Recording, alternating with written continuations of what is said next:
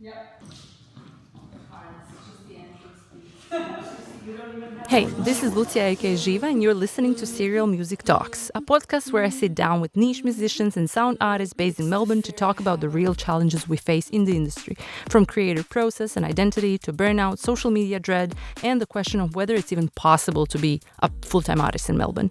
In this 2026 season, I'm also spotlighting venues across the city that are run by local musicians and enthusiasts. For this episode in January, I sat down with Rita, a producer, performer, and DJ whose work combines vocal experiments layered over heavy bass and fractured breakbeats, often using granulation. Since Rita's family is Russian-Armenian, the conversation actually took place at the Russian House, a venue that might look traditional from the outside, but is run by a group of young people who've been transforming it into a space for events, festivals, and exhibitions over the past few years. Well, I will do one clap. Here we go. This is so funny. This is the first time that I'm doing a video, but I'm so happy that you're actually my first guest on the video podcast. Me too. Because I don't know, I feel comfortable with you. Mm-hmm. So while I was in Croatia, I actually knew about your work. That's crazy. I didn't know anything about you, but you know, I've seen some of the footage. I loved your sound, and then I remember when I moved, you were the only person who responded to my email, or was it a message I forgot now? And I will never forget that. Well, I'm glad. I didn't even know that. Yeah. Well, I don't know if you ever experienced something that's called ghosting. Yes, I've heard of this before and experienced it. Yeah. But I forget about it. True. I try not to call what it's called, like Grudges? Do you ghost accidentally? Like, what about accidental ghosting? Accidental ghosting. Yeah. I don't think. Well, you don't think maybe someone will call me out when but I really don't think that I do that. Really? Yeah. Oh, I definitely I even have, like, on my to-do list, I have a thing like respond to this person. Respond to messages. Yeah. So I go through messages to see that I've responded to everyone. Oh my gosh, you're such like a type A. I actually recently started adding that to my to-do list as well, because I forget to respond to people, and then but I remember, you know, in those downtime, in the middle of the night, I just remember and it keeps me awake. So I've started putting it on my list, but it just happens. Not much. But while we're at lists, do you have to-do lists? Are you the person who, do you have a to-do list? I do have to-do lists, yep. And I have to-do lists across several categories.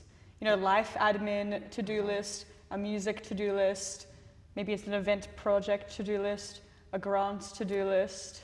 Okay, and a work to-do list, but that only lives within work, and then I forget about it outside of work. Where do those to-do lists live? In my journal. In your journal. Wherever it is, my diary. You can bring your journal. You want to see it? We won't look at it, but yeah, let's just. Where is it? Oh, here it is. It's over there. Okay, don't zoom too deeply in. No, we won't zoom in anything. I'm just curious. It's a bit revealing. So it's like, I think it's really interesting to know that it's like, you're in this response to you. I think we should zoom in on the response to ŽIVA. You're there. So that's my to-do list. Okay. And do you ever finish them? Or they just grow? I think they just grow. I don't know. I'm not sure if I ever have the experience of finishing them. That sense of completion. Not for a full to-do list, because that just doesn't exist. It's always moving, right? So does that mean that I'm in a constant state of panic? Uh-huh. Yes.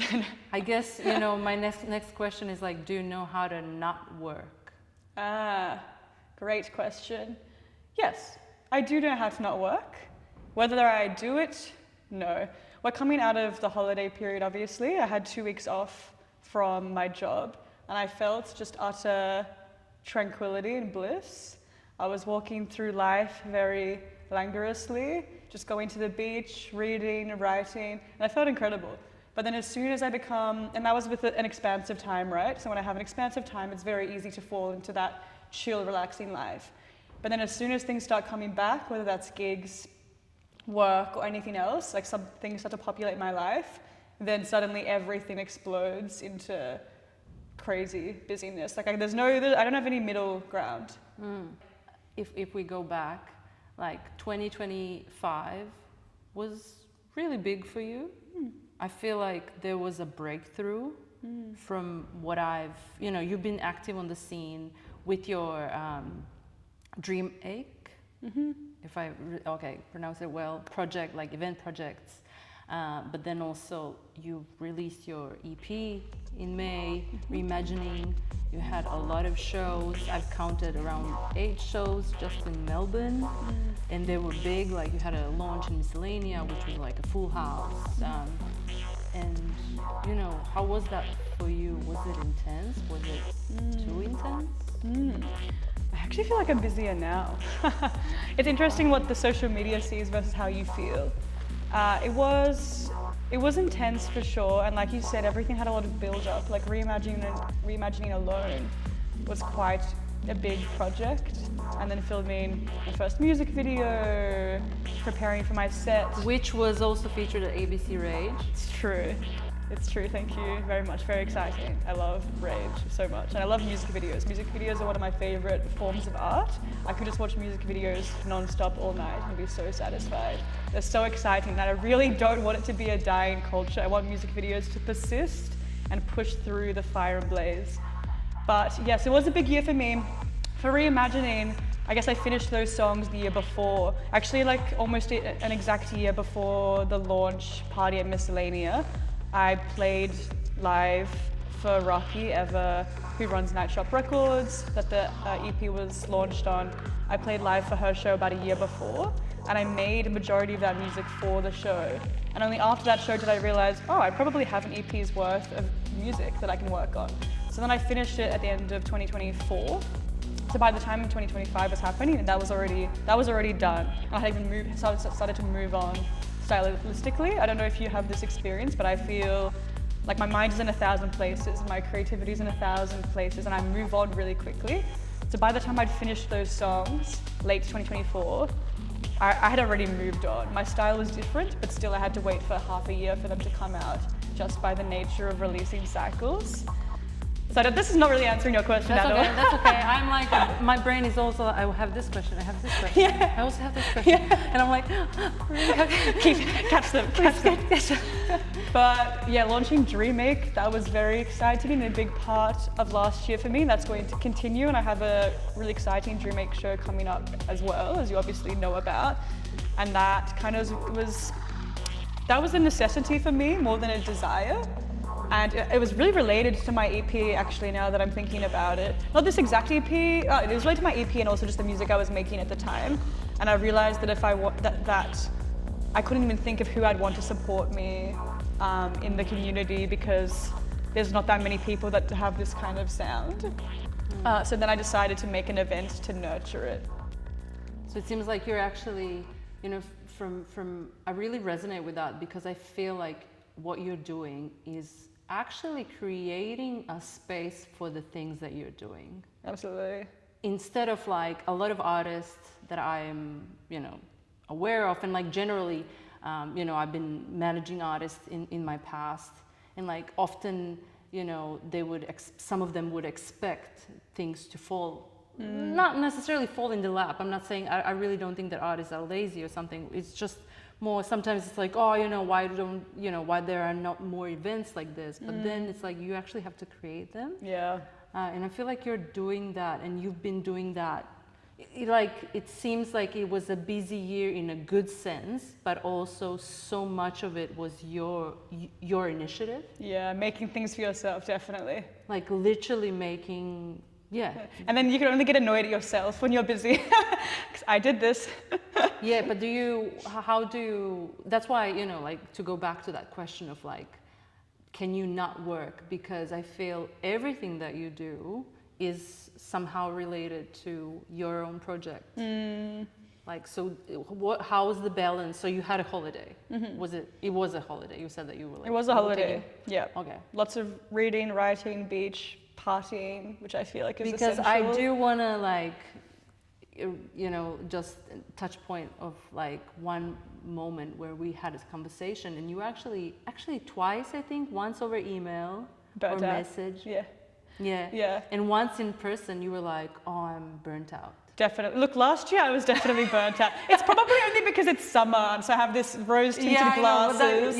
You're like replenished. The energy levels are back. Yeah. But okay, I don't wanna sound negative, but I just sort of feel like it's something that we need to talk about. Totally. Look, I feel really good right now, but I'm almost certain come April, I'm going to crash and burn. I'm just getting through what's left. Yep. Okay. Oh my God. But I love it as well. It's like it's interesting because you're so, like, and I'm sure probably you as well. I'm so energized by doing things, having, you know, I work during the day and then going straight from work to the library and then straight to the studio. Things like that really energize me, and I feel so excited and hyped on life, like it's a drug. But then that can only last for so long before you realize that you're burnt out underneath the surface, and you've just been pushing through it. And of course, summer and the energy of summer helps you get through it. So you, like, when you think of a burnout, like, how does it, you know, you just realize, oh, I can't, you know, like, how do you experience it? Is it like, for me, for example, is like every single message, Yep, same. email, Yeah. everything, like, move this from here to here, is like, I can't do it. Yeah, same. I don't want to do it. I hate it. Oh yeah, same. It's very all-encompassing. It's all in the body for me. Like, it's like not being able to get out of bed, struggling to do basic tasks. Like you said, can't respond to people. Yeah, responding to people, that becomes like last of the list. Like anything social, push to the side, and you just get through what you have to get through. Yeah. And do you, so like just taking a break, that's you found out that that's a solution to that helps you? That's not a solution. No. What I said just then, that's not the solution. That's like the state. That's Band-Aid. What happens to me. But it's not even a Band-Aid. That's the forced state I'm propelled into. But that's not the solution. Have you thought about a solution? I would say the solution would be to do things that aren't related to your projects. Like, for example, and actually probably what got me out of burnout last year is I started becoming, like, I just started reading a lot, and I became addicted to playing the piano and other little things like that, just like singing aloud, just doing things that give you, going for walks. Like, I tried to walk home from work, from the city, at least once a week, or try to exercise, cycling, just like those things. They're not related to anything. That's what helps. Oh, true. Okay.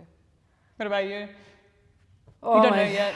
Oh my goodness. I'm like, yeah. It's literally like I've been really trying to find out. I'm getting better at it. I think I'm now at the stage. You know, it's been years of therapy and like just, you know, really addressing my mental health. Therapy helps. But I'm only now at the point where I can recognize that I need help or that I need to stop. Like just maybe 2 years ago, I was like a complete machinery. I was just like machine that's like doing stuff. And then I would crash, just like no battery, complete drainage, like nothing, right? Yeah. Which is really not good. I relate to that. But I also think, you know, I wanted to ask you, like, now that you're saying, I feel like you're really, unfortunately, I guess fortunately and unfortunately, you have the same approach. Yeah. Because I have a problem with that. It's like a love-hate relationship. Because I feel like so much of the things that I am and what I've accomplished is actually because I'm like that. Totally. And then I'm like, I can't let it go. I'm like, oh my goodness, if I stop being driven, no, you know, I'll disappear. Yeah. So I self-identify. Yeah, I relate to this so much. And it's like, when you're in the first state, you lock yourself into all these commitments because you're so excited by them. And then you're in the second state and you're like, oh no. But you have to do them because it's like that moment where you open your journal and you're like, oh, I really just want to have a day without anything. Yeah. And it's like, and I get a panic attack. I'm like, oh no, this week. This week it's like, it's everything. It's relatable. But does that mean that you self-identify with all your projects? Like, I guess, to clarify the question, like, does that mean that how much of you as Rita is in your music, is in, you know, in your projects? Like, do you is your identity tied into all of that, do you think? It's a good question. It really is a good question. Yes, I think I'm entirely tied into it. All of my art is a representation of me and an extension of my identity. Whether I want it to be like that in the future, I don't know. You know, I really idolize or idealize performers like pop stars, for example, that form an entirely different persona for their artistry. So that when they're on stage, that's them, or when they're creating, that's them. That's them as an artist. But then as soon as they're out of costume, they are like Joe, just some random person. So I respect that, and I wonder whether I'll go towards that in the future. I think that's less possible in whatever type of music that I make, because it's not that performative. It's not like I have a persona that I wear on stage. It's more just myself expressed. But I guess when you're doing music, you know, for example, you in 2023 you did like a commission work for Tosca, for City of Melbourne, and you know, from what I've read, from what you've explained, it's about home. That seems personal. Yes. And how much of your reimagining EP is personal? Because it's all personal. Yeah, it's where you go. No, you go. So it is personal. Yeah, it is all personal. I like the idea of it not being, but probably it is all personal. Well, because I've been thinking about this a lot, actually, especially in the sound world, and reading a lot has made me think about how there's kind of two different ways to approach sound art and electronic music. There's the first way, which is very intuitive and emotionally driven, which is how I make music. Or there's the second way that's more in a searching for truth in sound in a more scientific way, which is how one of my best friends approaches music, and a lot of big prolific sound artists do that as well. It's kind of science first, but I'm emotion first for sure. And I find that when I'm emotionally driven and intuitively driven in my practice, it has to be related to myself. And Tosca, that sound work, that was actually one of the easiest things that I've ever made, because it really just flowed out. And I've actually not experienced that since. And it's about home, so I wondered if it's when you think of home and when you were making the track, what is home? Is it also, you know, you have Russian heritage, your parents are Russian, so what home are you talking about? Is that the thing where you're missing? Yeah, home is definitely Melbourne for me, but Tosca is a bit more complicated. It's less about my home, and it's about the sense of a home, a possible home that's eluded me, never having had the opportunity to be actualized as my own. That's the words I used when describing it, because, you know, it's about Tosca's like longing, like a deep longing with a bit of sadness in it, and that's how I feel about Russia and all my family that live there, and in Armenia as well, because all of my family except for my parents live across Russia and Armenia, and it's so far away, it was so complicated. I never got to go as a kid. I was there till I was 4, and then we moved here, and I only got to return in 2019 and then 2022 to Armenia, and connecting with my family, kind of like that loss of culture and that potential for another home and all those familial connections that I really long for. Like I find that a lot of my music is really deeply inspired by a sense of longing and yearning. I think that I'm I'm a really social person, but I think I'm deep down quite a lonely person in terms of familial and cultural connection, and I really think about that a lot, and it frames all of my work. So Tosca was about that sense of longing and what could have been and what still can be, and kind of reconnecting familial and cultural lines that I've lost by virtue of my parents, or by the fact that my parents brought me here, and we haven't lost touch. I still talk to all my family, you know, daily, my extended family, my cousins and everything, but it's not the same as having grown within a culture. So it's kind of that experience, and I think it's very, very relevant for so many people that live in Australia, because so many of my friends, if not all of my friends, have parents that are not from Australia, and yet most people are not fluent in their native language. They might have learned it like myself in my first language, and yet now it's very difficult for me, and I had to learn it again in my later years, and it's still a challenge. You spoke Russian whilst growing up? And it was essentially it was my first language, but by the time I was in kindergarten, primary school, my parents stopped speaking to me in Russian because they were really, it's a very classic experience, immigrant experience. They were terrified that I wouldn't assimilate, that I wouldn't be an Australian. They also had to start, their lecturers, they also had to start teaching in English. So they were also afraid that they wouldn't be able to speak English very well if we were all speaking Russian. So because of that, I lost it then. And I just feel like that's extremely heartbreaking and a very common experience. So essentially Tusker was about that, a deep longing and sadness for something that could have been, and I'm still searching for and yearning for, and I still kind of feel like it's like my life's greatest mission. But now you're on the positive thing, I guess. It's now, I feel like, because maybe a few months ago when we met, and then I introduced you to some of the Russian community, some of the Russians, and here we are today at the Russian House, this amazing venue. They run a Russian language cafe here. So I think you were here maybe once or twice. I have come to it, and I would love to come more. It's great. So it is like, and you're gonna go to Armenia and Russia this year. So I guess you're on a.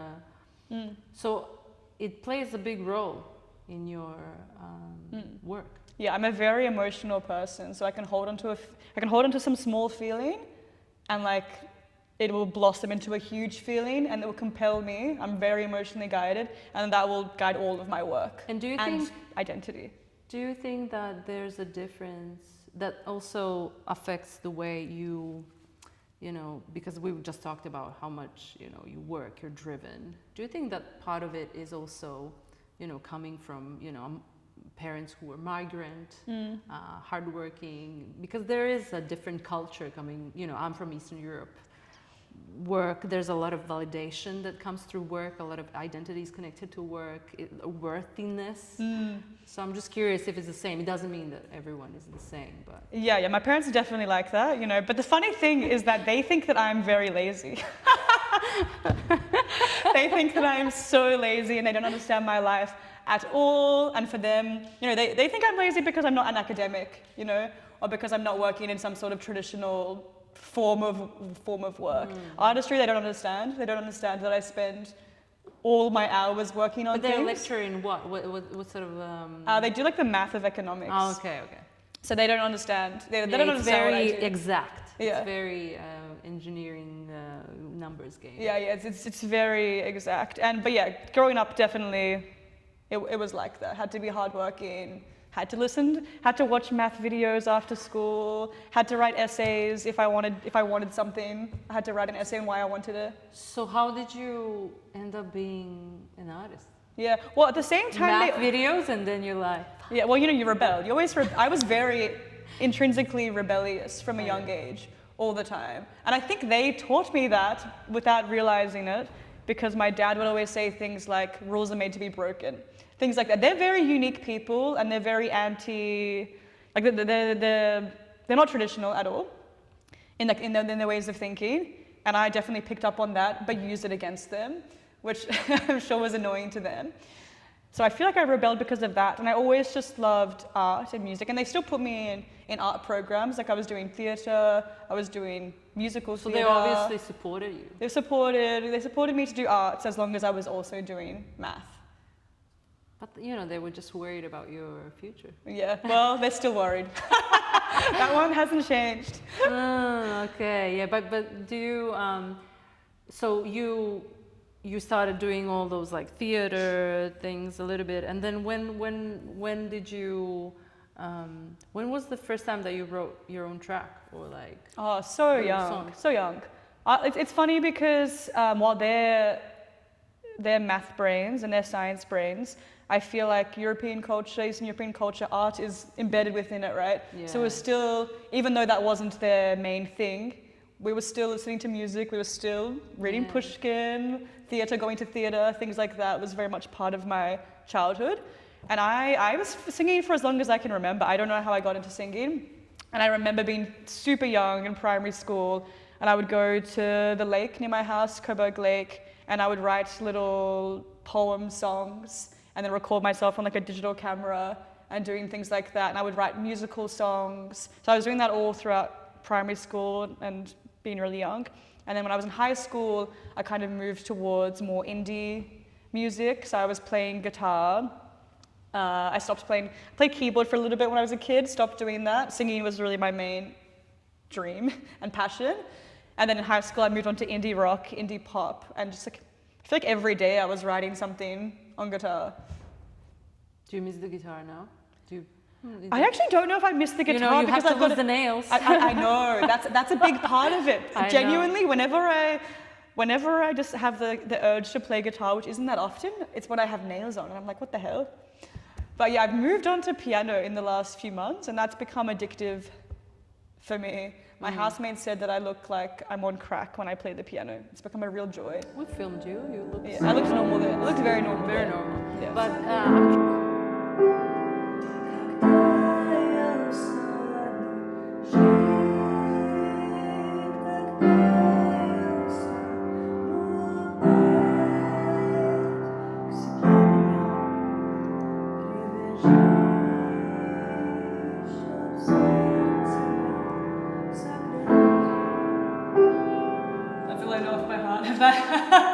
I'm curious about your creative process. Yeah. Like, I guess first of all, is there a routine? Like, yeah. Say Mondays, I tried to go to my studio. I have a shared studio in Brunswick. Okay.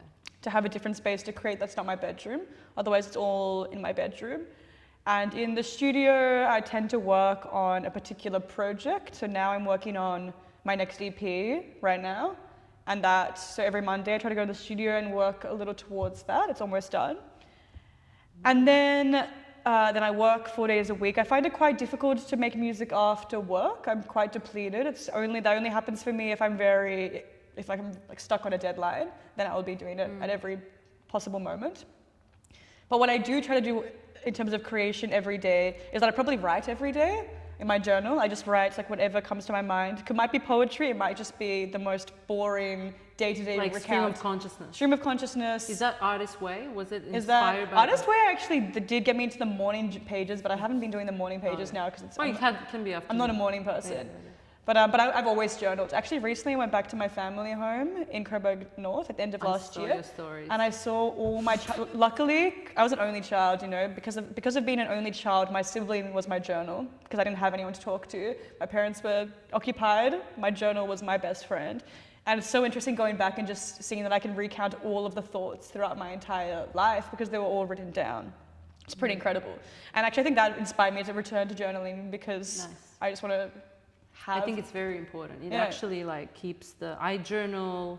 I've started morning pages like ages ago, 5-6 years ago. But then I also started doing journaling right before I go into writing songs or writing mode. Oh, I love because that idea. it's sort of like it's like opening up this, dusty, taking off the dust from this Pandora box, and then you open up and it's like rah. And sometimes it's shit. Like sometimes it's like but two it doesn't matter pages. if it's shit, right? Like No, it's it just doesn't about matter. it's about getting it out. It's all about like because I don't know if you agree. Sorry, but it's all about like you have to be doing it. Yeah. It's not like I'm gonna write this song and it's gonna be the best song. No. Yeah. You're gonna write 10 shit songs Totally. probably, and then they're gonna the 11th thing will be all those shit combined together in a great song. Yeah, I completely agree. Yeah. So So you writing. journal and you go on Mondays. You go to your Brunswick studio.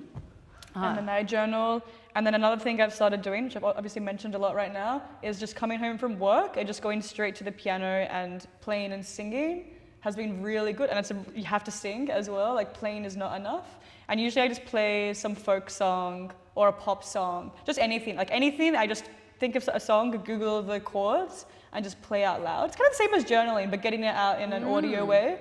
And then the dream is that one of my housemates or friends joins in with me, because then it's group singing, which feels really good. So those are two things I do every day. And then I work at Mess, which is a synth studio collection of many, many synths.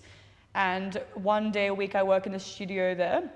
And when I'm there, I also like to fiddle on some synths and some instruments. And that's also really important for me because, again, it's related to kind of the aspect of play and just getting things out, like journaling, like playing the piano, whereas Monday is the more structured, I'm completing something. And I find if I'm not doing that play, whether it's on a synth or whatever it is, just like playing with no with no concept of what's going to come out of it, of the outcome, just unadulterated exploration, then that feeds into everything else that I do. And if I'm not doing that, it feels like it's unbalanced.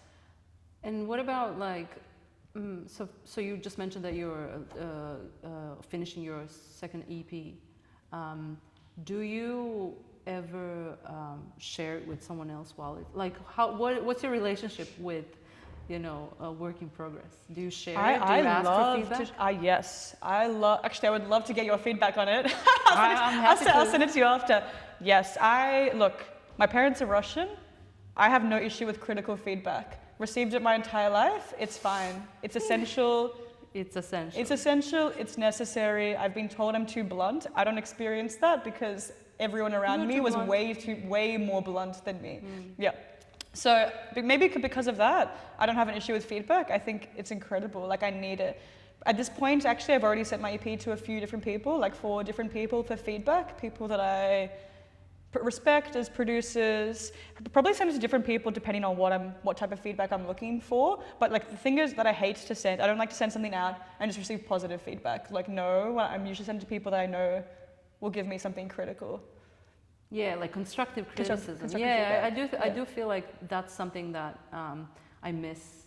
Well, I surround myself with people who can actually tell me, you know, like some constructive criticism. Yeah. That I think that's feedback. Yeah. You know, like, and then it's up to you to sort of like, okay, see it from that angle. Or not take it, yeah. And not take it. You don't have to take it all the time. You don't have can to take it, and it's nothing, you know, personal. Yeah. Like, it's actually really necessary. And then it might reinforce why you made those creative choices. Yeah, and I also think, I wonder if you ever, like, while creating tracks, do you ever get into your head? Like, do you, you know, does it happen to you? Is that why totally. we seek feedback sometimes, or? You know, when you're like, you wrote a song and you've been, or like, I guess we can go back to, actually, I'm more curious about the creative process of the song. So let's say you're working on a track. Is there, like, how long, do you work on one track or do you work on 5 tracks at the same time? Do you have any rules around that? And I guess, you know, because sometimes for me what happens is like, I actually set really, really strict deadlines on tracks. So I'm like, okay, so I'm gonna work on this track. I will not sit up and go have coffee until I finish a version. And I will just work on that. But then what happens is sometimes I have 20, 30, 50 versions of one song, and then I'm like, you know, like I'm like completely sort of, you know, like just not in the right space with the track. Yeah. Does that happen to you? Yeah, I definitely work on many tracks at a time, and actually every session of a track that I do, I rename it to be a new version. So every day I'm working on it, it's going to have a new name of that day. Okay. So you can always return back to everything that you did in case you hate all the changes that you made. Are you good at managing your library? Nah.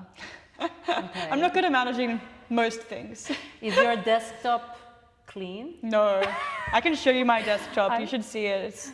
I just cleaned my desktop the other day, and my partner was like, "Wow!" And I was like, "Wow!" It actually feels like it felt good. It was like, "Wow, I'm a new person." You know, like I can start from scratch. I just ignore it by never having, like, always having a tab open, so you never see the desktop. So it doesn't matter. I want to see it. You'll send me a screenshot, maybe. Yeah. No, you don't have to. Look, it's like my room. I can send you a screenshot. Yeah, you can see. But yeah, so multiple tracks at a time, and sharing feedback. Well, that's good. But what about, so you're now working on the EP, it's still gonna be, so what is, I feel like a big year is ahead of you as well, because you're playing at Fitzroy Festival. It's true. That's big. Arts, yeah. Bravissimo. You're finishing EP. Yes. And there's that event that you wanted to mention. Yes. I'm very excited for this. On March 4th, it's a Wednesday, I'm running an event that you will be part of called, it's very exciting, called Dreamache. Dreamache is the name of the event series. It's called Dreamache Presents Eternity is a Terrible Thought, which is a quote from one of my favorite plays, Rosencrantz and Guildenstern Are Dead, by Thomas Stoppard, who's an absurdist. Absurdism is my favorite type of theatre. I love it, you know, pioneered by Beckett. I'm a huge Beckett fan. I literally have a shrine to him in my bookshelf with like all of his short stories, so many plays in French and English, even though he's not French, he learned French. Wow. Anyway, I love him. But the event is something I've been thinking about for a long time, which is bringing together theatre and music, electronic sound, because I grew up with a lot of theatre. I'm a thespian. Lots of people actually don't know this about me, but I love going to the theatre. And there's not much theatre here, which really depresses me. And it's something I got from my mum. She always says it's your fault. She always says it's her fault that I'm so into theatre. And it's funny, like, framing it like that, because she thinks, oh, damn it, now I'm working in the arts. It's my fault. And she always talks about how many more theatres there are in Moscow and how there's nothing here, especially even the independent theatre. It's really not supported here. Anyway, that's besides the point. This event, Dreamache, is bringing theatre and electronic music together, because often in experimental music spaces, there's performance art and there's other forms of dance, but not really theatre.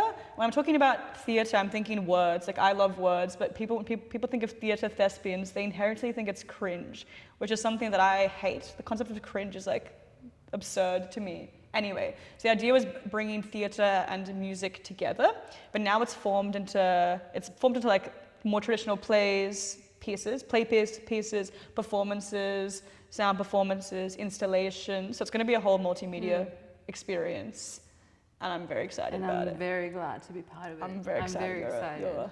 But I feel like, you know, this is also going a little bit back to the beginning of our conversation about, you know, you creating the things you want, things you want to happen. So, you know, apparently you feel like there's a lack of theater and you're creating a space for that, especially, it's all genre bending, and a lot of things that you've been doing, it's interdisciplinary, like from Verb magazine that you've run, like it's a big project.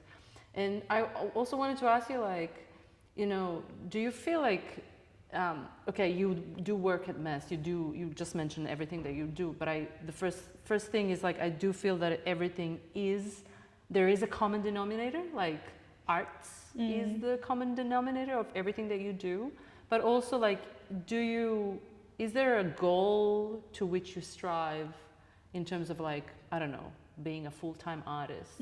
Is that even something that you believe is possible, or is it something that you want to do? It's definitely something I want to do. That would be my dream life, would be to be a full-time artist. And that's 1,000%. Is that, and that's like definition of success in your life? Is that? Actually, because then you're doing everything you're doing to live is something you want to be doing. But of course, in being a full-time artist, you have to make sacrifices, which might mean that that's not the case. Sacrifices like what? Well, an example I can think of is maybe I'm a full-time artist, but I have to take DJ gigs I don't want to take because that's my only source of income. So that's a balancing act. That's not something that's happening to me right now because I'm not a full-time artist. I rely on my work. Whether I think it's possible to even be a full-time artist, I think it's very difficult in Australia. People succeed a lot more in Europe. I'm not sure what the US landscape is like. Obviously, a lot of people move to Europe. You moved here, so I don't know what you think. I feel like Europe is competitive. I feel like there is possibility to do it here in Melbourne. At this stage, like, it's been a year now that I'm fully doing art full time. That's awesome. It is a balancing act. And like, not to lie, I do teach sometimes to get some money in, but I still teach in like art space and music. So I would like to do that. So it's like, and it's something that I would love to do because, as I mentioned, like, I really have this tendency to get into my head, and that's why I just need moments where I'm in something that's structured. But I think we're gonna see that event, and it's great that it's actually gonna happen. People can see this podcast and then go to the event. Where is it happening? You didn't say a quadraphonic club in Brunswick. So it's as part of Brunswick Music Festival, Wednesday the 4th of March. Okay, be there. A few last questions. What is the best advice that you were ever given? Oh my gosh. Is that the right phrasing? What's the best advice you ever given? Someone gave to you?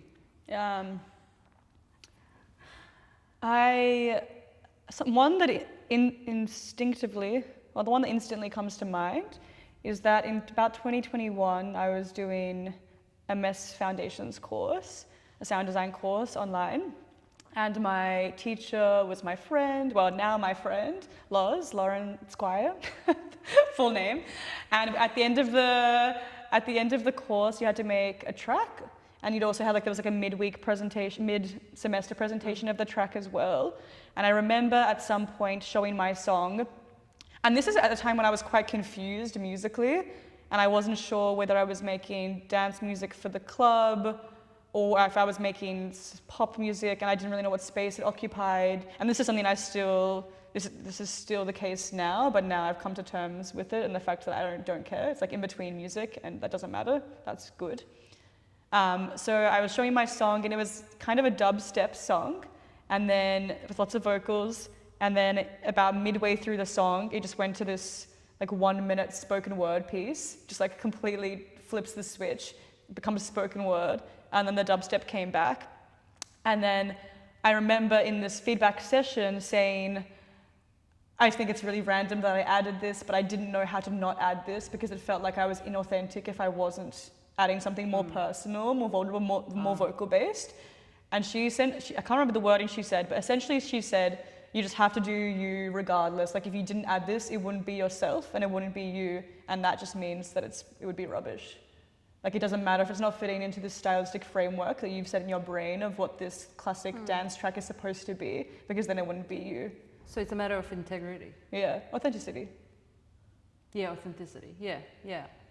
That's great. I feel like that's something that I have in my head all the time. Whenever I'm like, if I'm asking for feedbacks and someone is like, oh, you should actually split this into 2 tracks, because that often helps. Like sometimes I really suck at transitioning, and then I end up like just creating another segment that's like, I don't know, even if in a different key, but I'm like, whatever. Like, yes, but that's why I love it. That's why I love your music, right? Like I feel I've come to a peace with this now. Like it's not an issue I have anymore. But I do think it kind of dulled me and put me into some kind of creative block for honestly for a few years. Like between then and like 2023, I was working on writing and verve instead. So obviously that was taking up my time more than music as well. But also I got into my head about this because I was in different spaces and people could play at the club, but only if they were playing just straight dance music. And of course I like to sing and I like to do all this other stuff, and I felt really confused about where my music fit. And that was, even though it wasn't necessarily external pressure, like people weren't saying that to me, it's reflected in bookings. Like I won't be booked for this club set, obviously, because that's not where my music fits. But I also felt that that's not where I wanted my music to fit, so I was getting really confused about it. And now, that's why I started Dreamache, about having about a space for like the in-between kind of band, in-between electronic. And this is something that's not very obvious if you just listen to my music, because my released music is more dance floor-ish. But like my live set is very different. It's more experimental. It's more performative. But yeah, it's something I've made peace with and I love. And I don't want to just make straight dance music. Maybe if I ever get medicated for ADHD, I'll make straight dance music. But right now, my mind is in too many places. Yeah. I think it's also interesting, I think it's you mentioned play, and I think it's really important to just like do whatever you feel like doing. What I mean by that is like, you might be working on an EP that's experimental, but maybe, in the afternoons, you just want to do folk stuff on the piano. Yeah, exactly. So why wouldn't you release that as well? Yeah, I could actually. And I feel like that's actually something that a lot of artists are doing right now. And I think genre bending and just like being free of the genre categories or whatever is really, like taking, like, I don't know what's the word. It's going kicking well. Off. Kicking off. But yeah, do you have I don't know, is there anything? One more question that I had. You brought a book. I'm just curious what you're reading. Oh, I'm reading Agua Viva by Clarice Lispector. I have a lot to say about her actually, so you might have started something. My friend, my best friend Sachin, he's been telling me to read Lispector for a while. He's a big fan of hers, especially her short stories.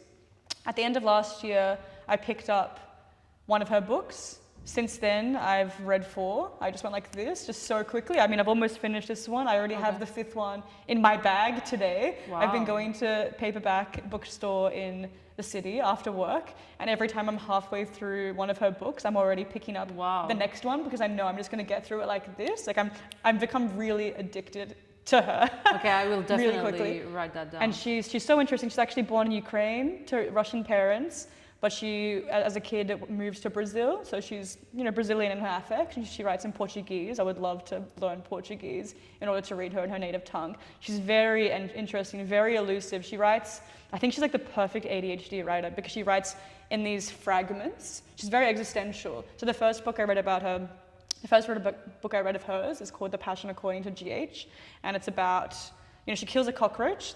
The whole premise of the book is she kills a cockroach, has an existential crisis about it.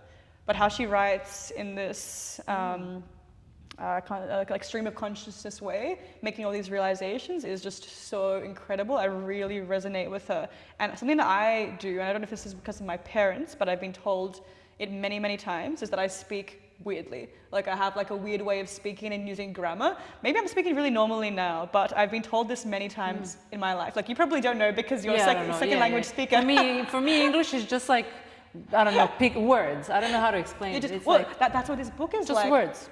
She uses very unconventional grammar, and apparently it's even more random in Portuguese. And I love that. Like it's really, she's just saying thoughts as they come. In this book, Agua Viva, so the 4th of hers that I've read, is I think it's her last book as well, I need to double check, is the most that's like that. But everything 2 of her books, The Passion According to GH, I finished and I just cried. Like last few pages, I just cried. And then the next book I've read of hers, An Apprenticeship, or The Book of Pleasures, as well, many teary moments. That was a love story, which I don't really read that often, but so many beautiful moments. Then I read The Hour of Star, and also finishing that book, just cried. And I came home and my housemate who introduced me to her was asking me just normal questions about my day, and I was like, I can't answer these because I'm stuck in this. And he was like, it's okay, I get it. I get it. I will read. And now I will write that down, like literally as soon as we press stop, which will we do? Yeah, but what happens is I get like hooked onto these things, and then they just, like I feel like I'm about to end this phase and enter a new phase, but I get hooked on something. But that's exciting. That's very exciting. I feel like that's actually great because I think I've been experiencing that when, growing up as, like being part of a subculture. Yeah. It's like, you get so hooked up with this one band or something, and then you make these great connections with other people based on that one band, like, whatever. And I feel like that a lot of people lose that in their adulthood. Totally. Whereas I think this is what you're passionate about. Yeah. Like, this is like... It's amazing. And that's exactly why art exists. Yeah, and you should never lose like childlike whimsy. Ever. That's the most amazing thing. Yeah. Yeah. Oh my goodness, I have a lot of more questions to ask, but I think you can if you'd like. I think we can wrap up. Do you feel like that? Hvala. Hvala? Spasibo. Spasibo. Thank you. Thank you. Woo. All right.